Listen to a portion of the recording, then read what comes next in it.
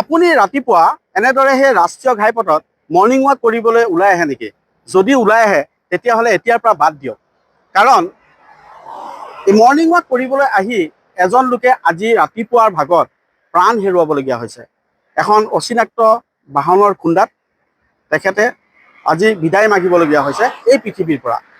ক'ত হৈছে মই কৈ আছোঁ কথাখিনি। তাৰ আগত এটা কথা কওঁ, যেতিয়া আপুনি ৰাতিপুৱা সময়ত এনেকুৱা ৰাষ্ট্ৰীয় ঘাইপথৰ কাষত যেতিয়া আপুনি মৰ্ণিং ৱাক কৰি থাকিব, যেতিয়া গৈ থাকিব, তেতিয়া আপোনাৰ পিছফালৰ যিখন গাড়ী, সেই গাড়ীখন কেনেকৈ আহিছে, কেনেকুৱা গতিবেগত আহিছে আপুনি গম নাপাব।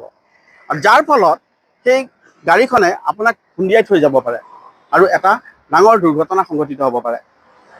মই এইকাৰণেই কৈছোঁ, পৰাপক্ষত আপোনালোকে যদি গাঁৱৰ ভিতৰত যদি কিবা তেনেকুৱা ফিল্ড আছে, যদি গাঁৱৰ ভিতৰত কিবা ৰাস্তা আছে, সেনেকুৱা ৰাস্তাত আপোনালোকে মৰ্ণিং ৱাক কৰক।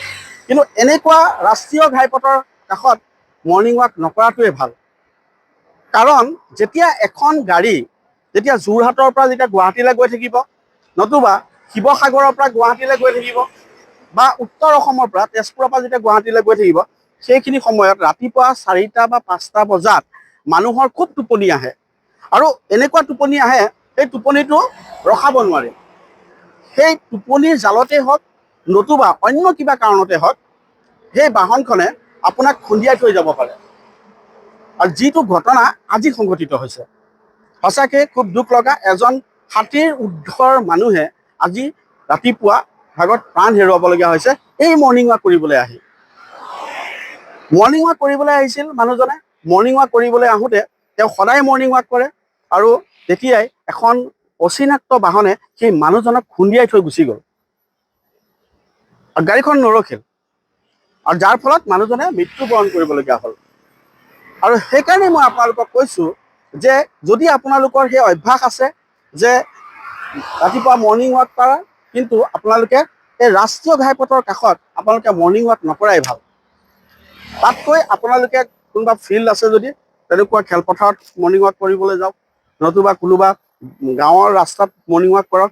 তাত কোনো আপত্তি নাই, কাৰণ সেইখিনি সময়ত তাত কোনো গাড়ী নাথাকে তেনেকুৱা। কিন্তু ৰাতিপুৱা সময়ত আপোনাৰ যিখন গাড়ী আহে খুব স্পীডত আহে। তেওঁলোকে নাভাবে যে কোনোবা মানুহ থাকিব পাৰে, কোনোবা গৰু ছাগলী ৰাস্তাত থাকিব পাৰে। যিমান সোনকালে যাব পাৰে সিমান সোনকালে গৈ পাবগৈ, আৰু সেইকাৰণে সিহঁতে স্পীডত আহে। আৰু তেতিয়া ধৰক টোপনি লাগি গ'ল ড্ৰাইভাৰজনৰ, বা অন্য কিবা কাৰণ হ'ল, তেতিয়া ঘটনাটো সংঘটিত হয়। গতিকে আমি দুৰ্ঘটনা সংঘটিত হোৱাৰ আগতেই আমি সচেতনতা হোৱাটো দৰকাৰ। আজি আপুনি চাওক, আৰক্ষীয়ে প্ৰায় হেলমেটক লৈ পেলাই সদায় সোচ্চাৰ হৈ থাকে, আজি ছিট বেল্টক লৈ পেলাই সোচ্চাৰ হয়।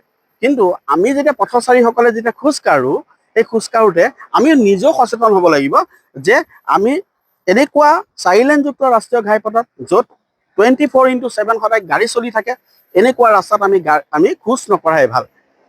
ইয়াত ৰিস্ক নাই কোনো। এতিয়া এক্সিডেণ্ট হৈ যায়, কোনো ৰিস্ক নাই। সেইকাৰণে কৈছোঁ, আজি নগাঁও যি কলিয়াবৰত এনেকুৱা এটা ঘটনা সংঘটিত হ'ল, যিটো ঘটনাত এজন মানুহৰ প্ৰাণ গ'ল, আৰু যিটো অতিকৈ দুখৰ কথা, এখন 60ৰ ঊৰ্ধৰ মানুহ, মই কৈছোঁ আপোনাক, এজনৰ প্ৰাণ গ'ল মৰ্ণিং ৱাক কৰিবলৈ আহি। সেইকাৰণে মই আপোনালোকক কৈছোঁ যে যদি আপোনালোকে মৰ্ণিং ৱাক কৰাৰ অভ্যাস আছে বা দৌৰাৰ অভ্যাস আছে, তেতিয়াহ'লে এনেকুৱা ৰাজপথৰ ৰাষ্ট্ৰীয় ঘাইপথত আপোনালোকে সেই অভ্যাস নকৰা ভাল। আপোনালোকে কোনোবা খেলপথাৰত কৰক, নতুবা কোনোবা গাঁৱলীয়া ৰাস্তাত কৰক, সেইটোৱে আপোনালোকৰ বাবে ভাল। বহুত জৰুৰী ভিডিঅ', আপোনালোকে যিমান পাৰে শ্বেয়াৰ কৰি দিব।